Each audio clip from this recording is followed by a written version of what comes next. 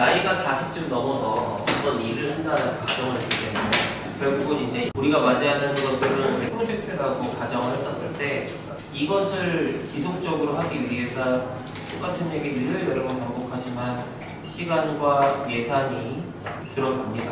근데 시간과 예산을 들여서 결국 이 프로젝트를 빌드업을 하고 나면 결국 성과라는 게 나오겠죠. 그러면 이 성과라고 하는 것은 결국 이 시간과 예산을 어떻게 관리를 했는가, 그리고 이 관리를 하는 데 있어서 이 관리자는 어떤 가치관을 갖고 관리를 했는가, 이 가치관에 있어서 이 관은 시각이고 이 가치는 결국은 교환 가치라고 얘기를 했었어요. 옛날에 이런 거 있잖아요. 서로 이웃끼리 뭐 엿바꿔 먹고 뭐 생선이 아닌 나는 집에 여기서는 생선을 해서 먹고 쌀 바꿔 먹고 이런 어떤 교환이라는 것을 하고자 했었을 때 이 가치가 화폐가 통용화되기 전에는 결국 이 물물 교환의 형태를 통한 이 교환 가치로 사람들이 인식을 했고 사람마다 기준이나 생각하는 것이 다 불분명했기 때문에 그것이 가장 많이 통용이 되는 쌀이 기준이 되곤 했어요. 근데 지금 이제 우리가 살고 있는 시대에는 뭐가 기준이 됩니까? 달러가 기준이 되죠. 가장 많이 사용하는 화폐라고 판단을 하니까 전 세계적으로 달러의 금리가 오르고 내리고가 우리가 살고 있는 시장 환경에 영향을 주죠. 그래서 그 달러의 금리 대비 이제 원의 금리가 결론적으로 전반적으로 같이 영향을 주는데 이 가치를 평가하는 데 있어서 가치로 측량, 평가 그러니까 이제 에스티메이트가 되려면 결론적으로 그것들을 분류하는 기준과 관리 체계를 이해해야 된다라고 얘기를 했어요. 그러면 결국 이 기준이라는 거 그리고 관리 체계는 결국 시스템 어떤 논리에 의해서 이게 진행이 되느냐 그러니까 어떤 그 힘에 의해서 이것들이 순환이 되느냐 이런 부분들에 대해서 생각을 조금 더 해보자라고 얘기를 했어요. 은행도 역시는 내가 돈을 투자를 해서 취객에서 은행에 대출을 해줘서 이자를 뭐 1%든 2%든 받고 이걸 받은 은행은 다시 대출을 해서 뭐 5%든 4%든 이렇게 빌려주고 나머지의 이익을 이제 그 편취하는 그러니까 예대 마진을 먹고 사는 게 은행이라 했어요. 그럼 우리가 은행에 돈을 주는 이유는 뭐예요? 돈이 그래도 안정적으로 모아둘 수 있다라고 생각을 하기 때문에 그러니까 마이너스로 예전에는 금리가 아주 안 좋을 때는 은행에서 돈을 맡아주면서 그 맡아주는 비용을 받았죠. 근데 지금은 은행들이 이 맡은 돈을 갖고 예대 마진을 움직이다 보니까 대형화되다 보니까 사람들이 믿고 맡기는 건데 사실 은행에 돈 맡기면 내가 뗄 일은 없겠다는 생각을 하니까 주는 거예요. 근데 조금 더 규모가 작은 은행들, 저축은행들 같은 경우는 예금 보호법에 의거해서 예를 들어 5천만 원이면 5천만 원까지밖에 보호를 안 해주는 이유는 그만한 여건을 갖췄기 때문이다. 그리고 이게 상금융권 하체 시장으로 넘어가게 되면 이익은 더 높아질 수 있지만 더 불안하기 때문에 그렇기 때문에 우리가 리스크 테이킹을 하는 거라고 되어 있잖아요.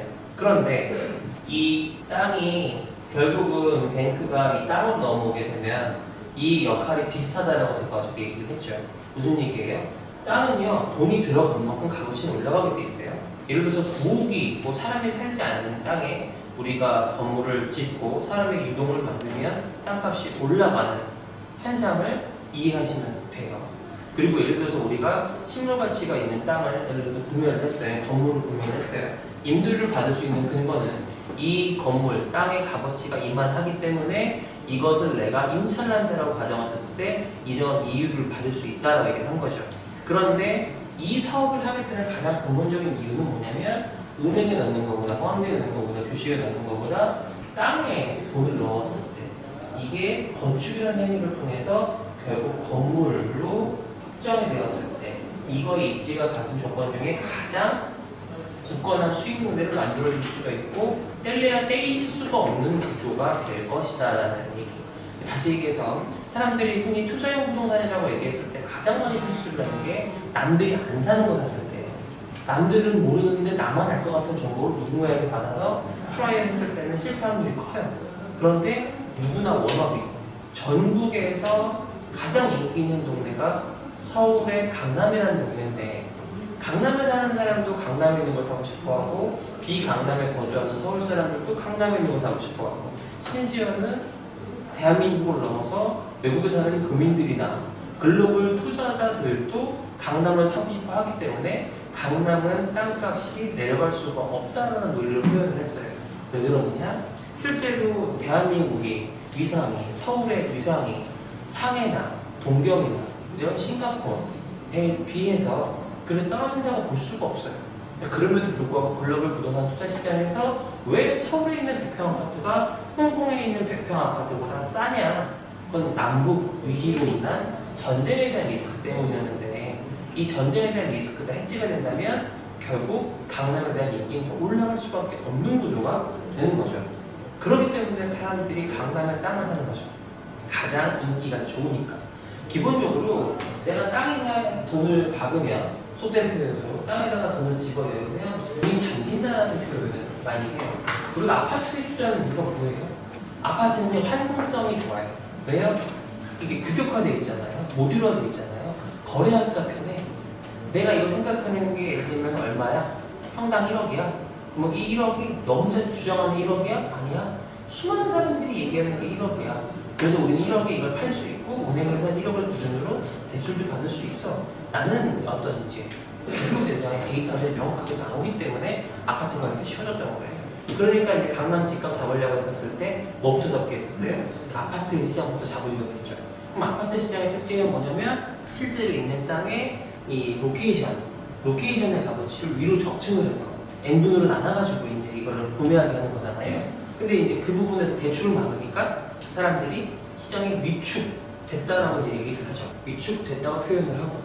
근데 그럼에도 불구하고 강남 집값 내려간다, 뭐 강남의 부동산 시장의 집값이 떨어지고 있네, 전세값이 떨어지고 있네 하는데, 강남에 집 갖고 있는 사람들이 호주채 때문에 금리 떨어지면 어떻게 살아야 돼 하는 사람들이 아니다라고 생각을 하면 주경객에게 영향을 받을 일이 없는 거죠. 그럼 실제로 돈을 갖고 있는 사람들이 갖고 있는 게 강남 부동산이라고 가정을 한다면 강남 부동산 시장은 사실 경기와 크게 상관이 없는 시장이 되는 거죠. 그렇기 때문에 강남 부동산은 여전히 비싸요.